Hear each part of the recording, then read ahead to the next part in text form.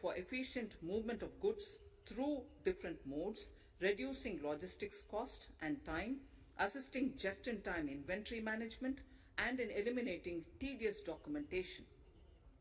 Most importantly, this will provide real-time information to all stakeholders and improve international competitiveness.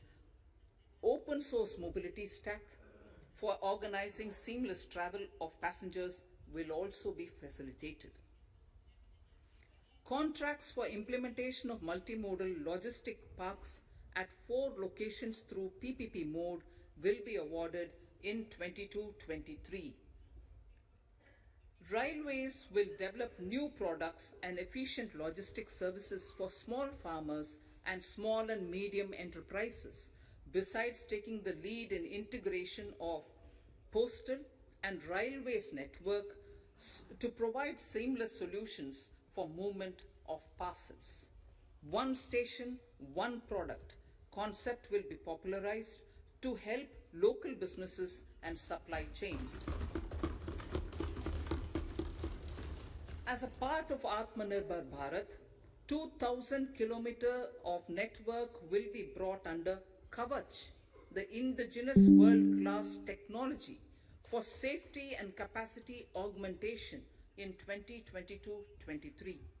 400 new generation Vande Bharat trains will better energy efficiency and passenger riding experience will be developed and manufactured during the next 3 years. 100 PM Gati Shakti cargo terminals for multimodal logistics facilities will be developed during the next 3 years. Innovative ways of financing and faster implementation will be encouraged for building metro systems of appropriate type at scale. Multimodal connectivity between mass urban transport and railway stations will be facilitated on priority. Design of metro systems, including civil structures, will be reoriented and standardized for Indian conditions and needs. Parvatmala, as a preferred ecologically sustainable alternative to conventional roads in difficult hilly areas, National Ropeways Development Program will be taken up on PPP mode. The aim is to improve connectivity and convenience for commuters, besides promoting tourism. This may also cover congested urban areas where conventional mass transit system is not feasible. Contracts for 8 such ropeway projects for a length of 60 kilometers will be awarded in 22-23.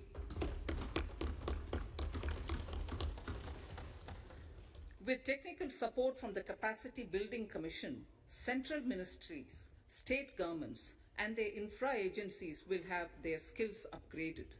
This will ramp up capacity in planning, design, financing, including innovative ways, and implementation management of the PM Gati Shakti infrastructure projects. Inclusive development, our second priority. Agriculture. The procurement of wheat in Rabi 21-22 and the estimated procurement of paddy in Kharif 21-22 will cover 1,208 lakh metric tons of wheat and paddy from 163 lakh farmers, and 2.37 lakh crores will be the direct payment of MSP value to their accounts. Chemical-free natural farming will be promoted throughout the country with a focus on farmers' lands in 5-kilometer wide corridors along the river Ganga at the first stage. 2023 has been announced as the International Year of Millets. Support will be provided for post-harvest value addition, enhancing domestic consumption, and for branding millet products nationally and internationally. To reduce our dependence on import of oil seeds, A rationalized and comprehensive scheme to increase domestic production of oilseeds will be implemented. For delivery of digital and high-tech services to farmers, with involvement of public sector research and extension institutions, along with private agri-tech players and stakeholders of agri-value chains, a scheme in PPP mode will be launched.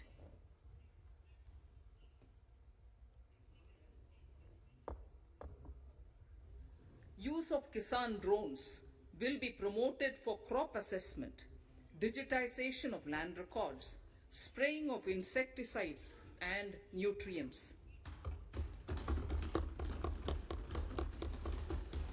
States will be encouraged to revise syllabi of agricultural universities to meet the needs of natural, zero budget and organic farming, modern day agriculture, value addition and management.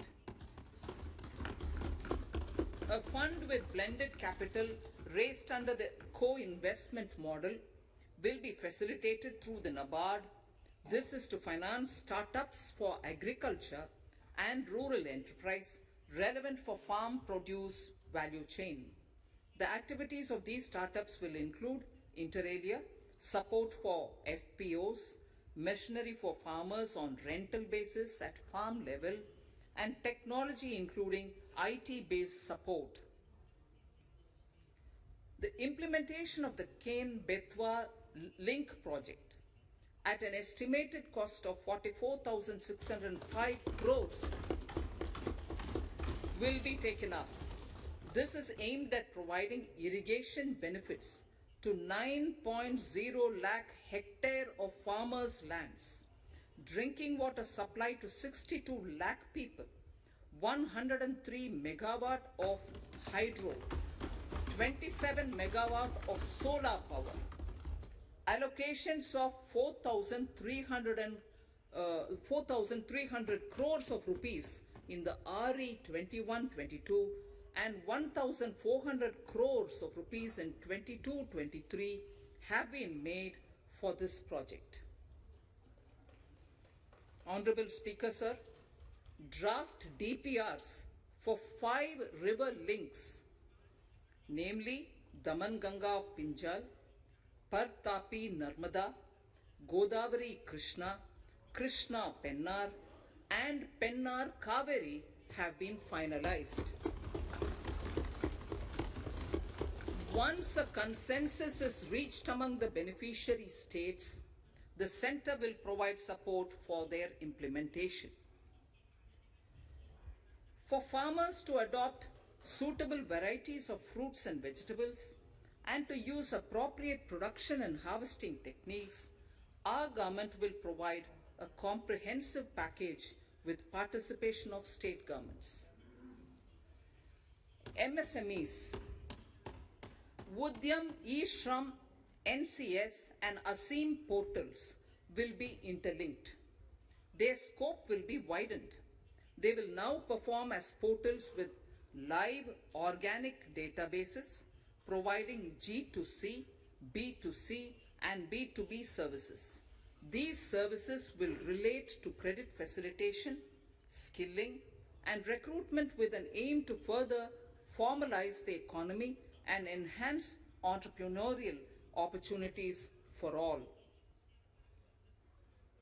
Emergency Credit Line Guarantee Scheme has provided the much needed additional credit to more than 130 lakh MSMEs. This has helped them mitigate the adverse impact of the pandemic. The hospitality and related services, especially those by micro and small enterprises, are yet to regain their pre-pandemic level of business. Considering these aspects, the ECLGS will be extended up to March 2023 and its guarantee cover will be expanded by 50,000 crores of rupees to total cover of 5 lakh crores.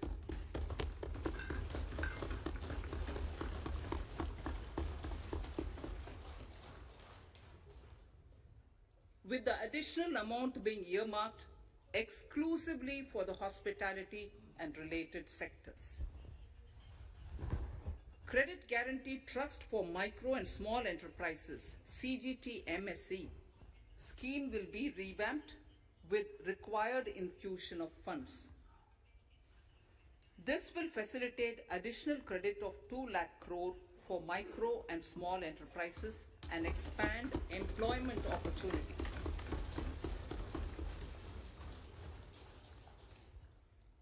Raising and accelerating MSME performance, RAMP, program with outlay of 6,000 crore over 5 years will be rolled out. This will help MSME sector become more resilient, competitive and efficient.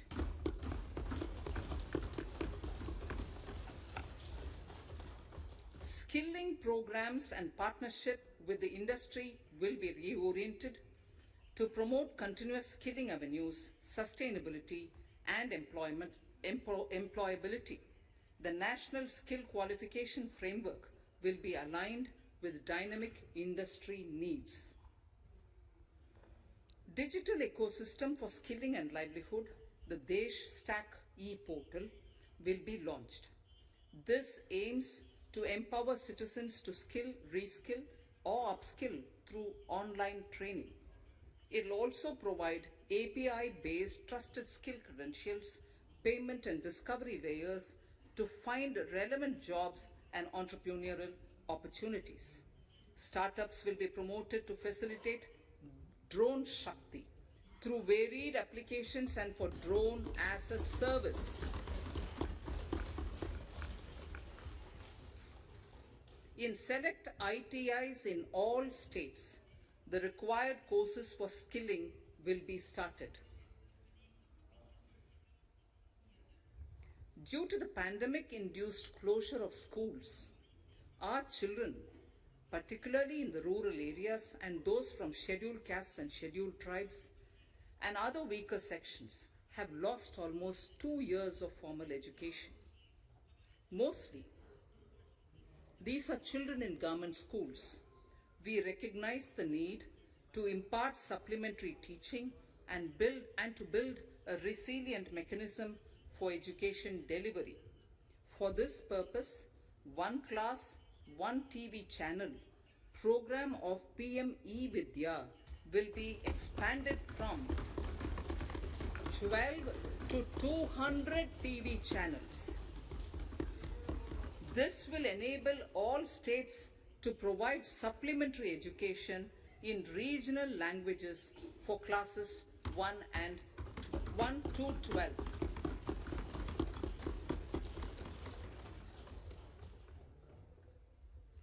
High-quality e-content in all spoken languages will be developed for delivery via internet, mobile phones, TV, and through radio and through digital teachers. A competitive mechanism for development of quality e-content by the teachers will be set up to empower and equip them with digital tools of teaching and facilitate better learning outcomes. A digital university will be established to provide access to students across the country for world-class quality universal education with personalized learning experience at their doorsteps.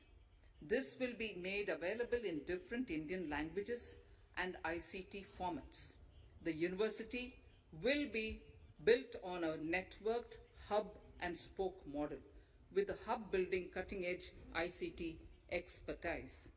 The best public universities and institutions in the country will collaborate as a network of hub and spoke.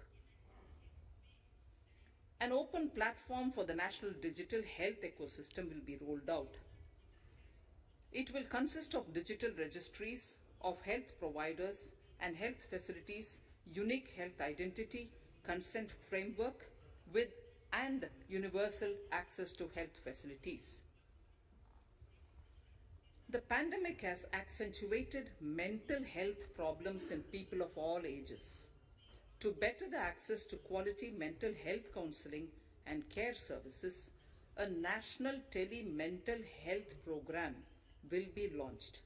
This will include a network of 23 Tele mental health centers of excellence, with NIMHANS being the nodal center, and International Institute of Information Technology, Bangalore, IIIT Bangalore, providing technology support. Recognizing the importance of Nari Shakti as the harbinger of our bright future and for women-led development, during the Amritkal, our government has comprehensively revamped the schemes of the Ministry of Women and Child Development. Accordingly, 3 schemes, namely Mission Shakti, Mission Vatsalya, Saksham Anganwadi and Poshan 2.0 were launched recently to provide integrated benefits to women and children. Saksham Anganwadis are a new generation Anganwadis that have better infrastructure and audio-visual aids, powered by clean energy and providing improved environment for early childhood development. 2 lakh Anganwadis will be upgraded under this scheme. Current coverage of Har Ghar Nal Se Jal is 8.7 crores. Of this, 5.5 crore households were provided tap water in last 2 years itself. Allocation of 60,000 crores of rupees has been made with an aim to cover 3.8 crore households in 2022 and 23. In 22-23, 80 lakh houses will be completed for the identified eligible beneficiaries of the PM Awas Yojana, both rural and urban. 48,000 crores is allotted for this purpose. The central government will work with the state governments for reduction of time required for all land and construction related approvals, for promoting affordable housing for middle class and for the economically weaker sections in urban areas. We shall also work with the financial sector, regulators, to expand access to capital along with reduction in cost of intermediaries. A new scheme, Prime Minister's Development Initiative for the Northeast, will be implemented through the Northeastern Council.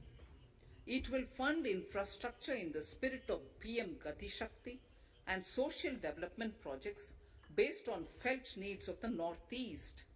This will enable livelihood activities for youth and women, filling the gaps in various sectors. It will not be a substitute for existing central or state schemes. While the central ministries may also post their candidate projects, priority will be given to those posted by the states. An initial allocation of 1,500 crores of rupees will be made, and the initial list of projects is given in Annexure 1 of my speech. Our vision to improve the quality of life of citizens in the most backward districts of the country through Aspirational Districts program has been translated into reality in a very short span of time. 95% of those 112 districts have made significant progress in key sectors such as health, nutrition, financial inclusion, and basic infrastructure. They have surpassed even some of the state average values.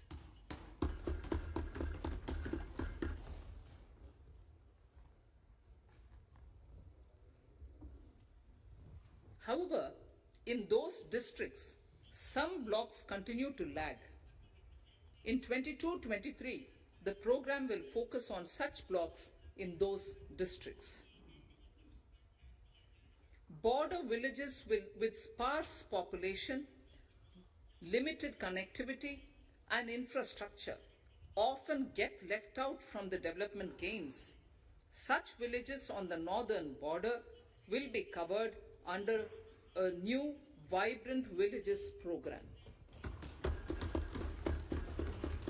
The activities will include construction of village infrastructure, housing, tourist centers, road connectivity, provisioning of decentralized renewable energy, direct-to-home access for Doordarshan and educational channels, and support for their livelihood generation. Additional funding for these activities will be provided. Existing schemes will be converged. We will define their outcomes and monitor them on a constant basis. In 2022, 100% of 1.5 lakh post offices will come on the core banking system, enabling financial inclusion and access to accounts through net banking, mobile banking, ATMs, and also provide online transfer of funds between post office accounts and bank accounts. This will be helpful especially for farmers and senior citizens in rural areas, enabling interoperability and financial inclusion. Honorable Speaker, sir, in recent years, digital banking, digital payments, and fintech innovations have grown at a rapid pace in the country. Government is continuously encouraging these sectors to ensure that the benefits of digital banking reach every nook and corner of the country in a consumer-friendly manner. Taking forward this agenda and to mark 75 years of our independence, it is proposed to set up 75 digital banking units in 75 districts of the country by scheduled commercial banks. The financial support for digital payment ecosystem announced in the previous budget will continue in 22-23 as well. This will encourage further adoption of digital payments. There will also be a focus to promote use of payment platforms that are economical and user-friendly. Sir, I move to the next priority. In recent years, over 25,000 compliances were reduced and nearly 1,500 union laws were repealed. This is the result of our government's strong commitment for minimum government and maximum governance. 1,486 union laws were repealed. Our trust in the public and ease of doing business is what is highlighted here, sir. For the Amrit Kal, the next phase of ease of doing business 2.0 and ease of living will be launched. In our endeavor to improve productive efficiency of capital and human resources, we will follow the idea of trust-based governance. The new phase will be guided by an active involvement of the states, digitization of manual processes and interventions, integration of the central and state level systems through IT bridges, a single point access for all citizen-centric services, and standardization and removal of overlapping compliances, crowdsourcing of suggestions and ground-level assessment of the impact with active involvement of citizens and businesses will be encouraged. A single window portal, Parivesh, for all green clearances was launched in 2018. It has been instrumental in reducing the time required for approvals significantly. The scope of this portal will be expanded to provide information to the applicants based on location of units. Information about specific approvals will be provided. It will enable application for all 4 approvals through a single form and tracking of the process through Centralized Processing Center Green, CPC Green. E-passports. The issuance of e-passports using embedded chip and futuristic technology will be rolled out in 22-23 to enhance the convenience for the citizens in their overseas travel.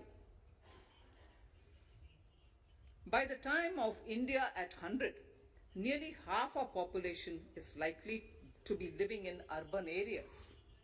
To prepare for this, orderly urban development is of critical importance.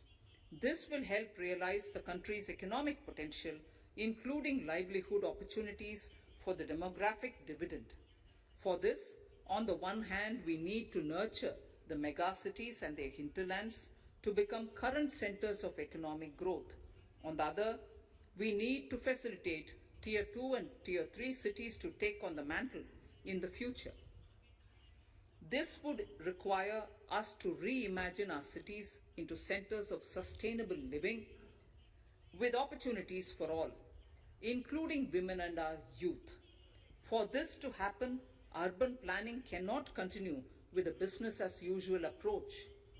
We plan to steer a paradigm change. A high-level committee of reputed urban planners, urban economists, and institutions will be formed to make recommendations on urban sector policies, capacity building, planning, implementation, and governance.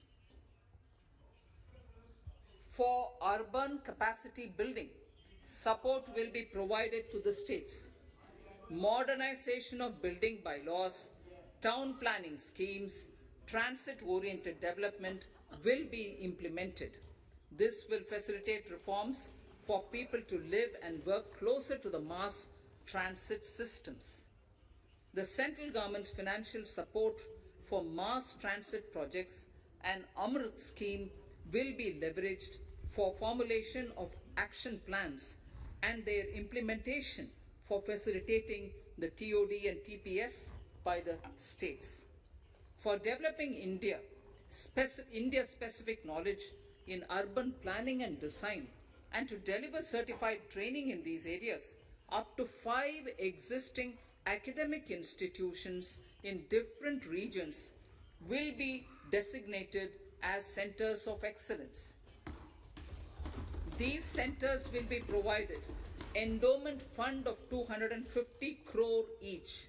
In addition, the AICTE will take the lead to improve syllabi, quality and access of urban planning courses in other institutions. We will promote a shift to use of public transport in urban areas. This will be complemented by clean tech and governance solutions, special mobility zones with zero fossil fuel policy and EV vehicles. Battery swapping policy. Considering the constraint of space in urban areas, for setting up charging stations at scale, a battery swapping policy will be brought out and interoperability standards will be formulated.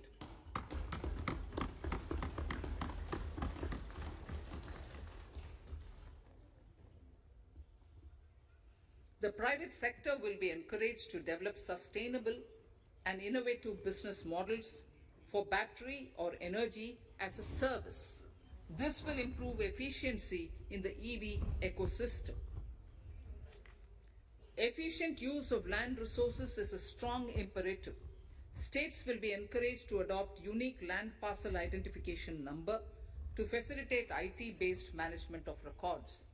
The facility for transliteration of land records across any of the Schedule 8 languages will also be rolled out.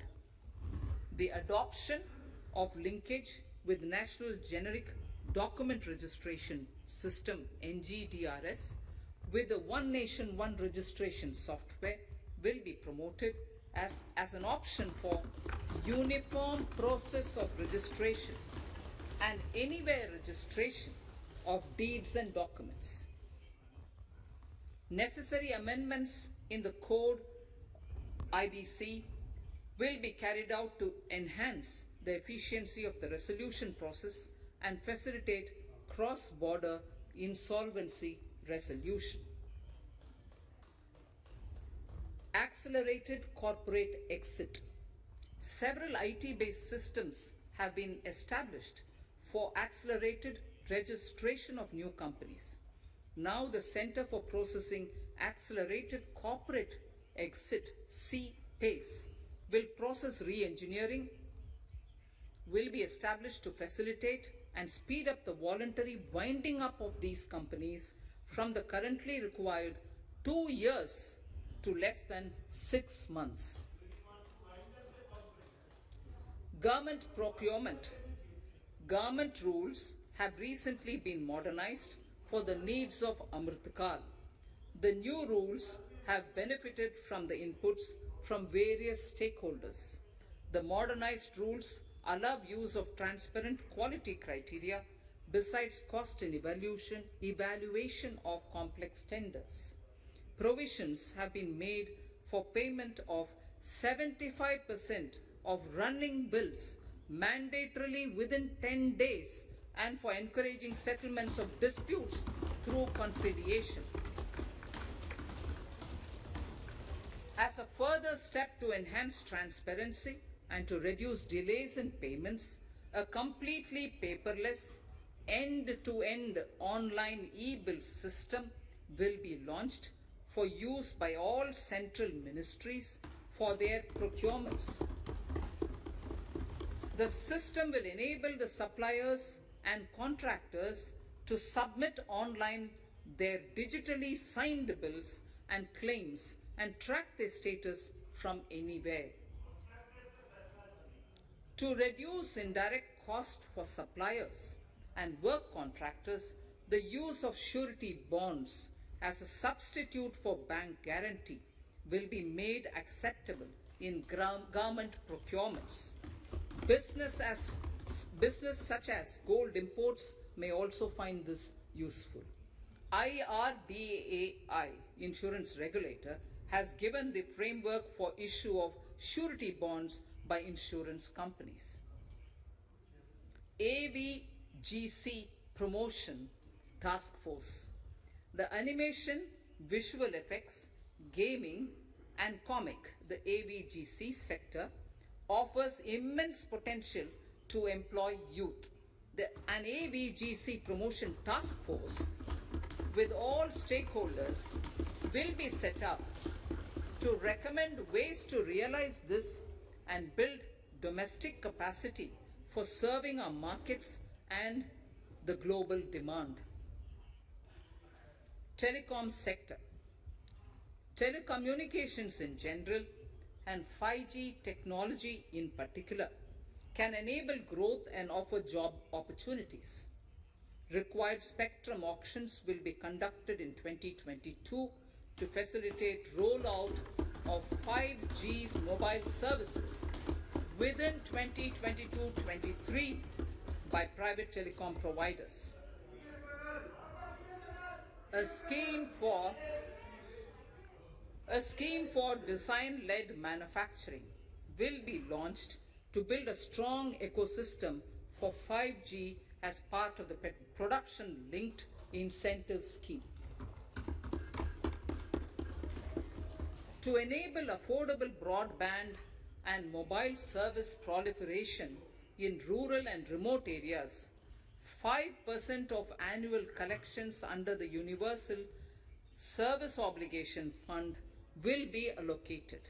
This will provide and this will promote R&D and commercialization of technologies and solutions. Our vision is that all villages and their residents should have the same access to e-services, communication facilities, and digital resources as urban areas and their residents. The contracts for laying optical fiber in all villages, including remote areas, will be awarded under the BharatNet project through PPP in 22 and 23. Completion is expected in 2025. Measures will be taken to enable better and more efficient use of the optical fiber. Export promotion.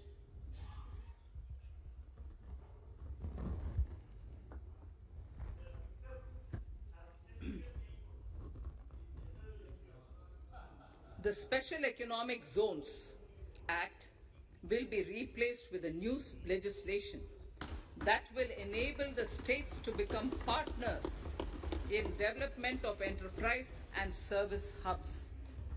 This will cover all large existing and new industrial enclaves to optimally utilize available infrastructure and enhance competitiveness of exports. Atmanirbharta in defense. Our government is committed to reducing imports and promoting Atmanirbharta in equipment for the armed forces. 68% of the capital procurement budget will be earmarked for domestic industry in 22-23,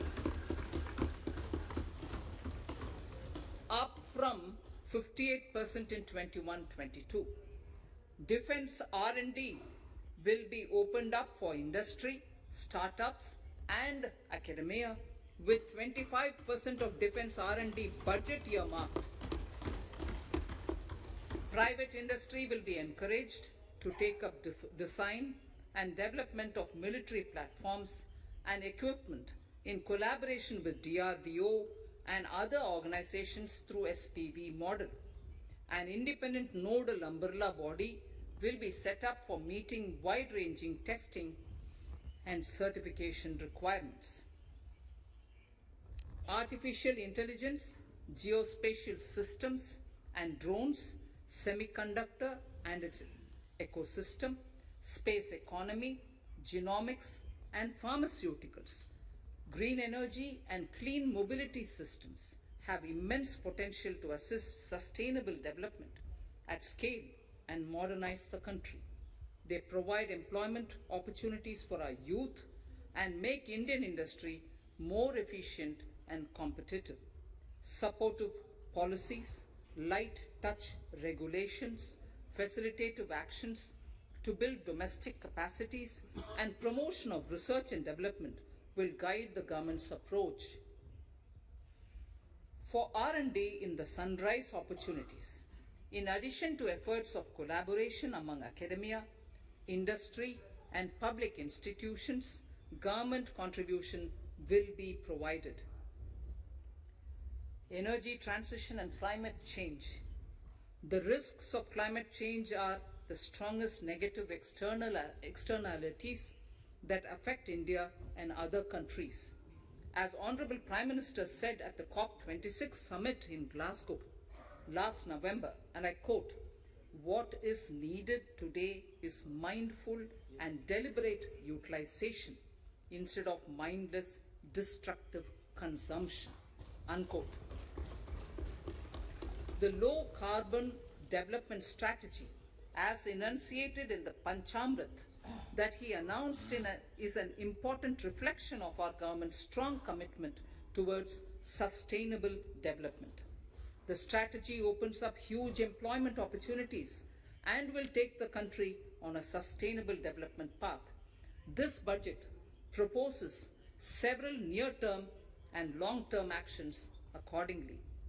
Solar power.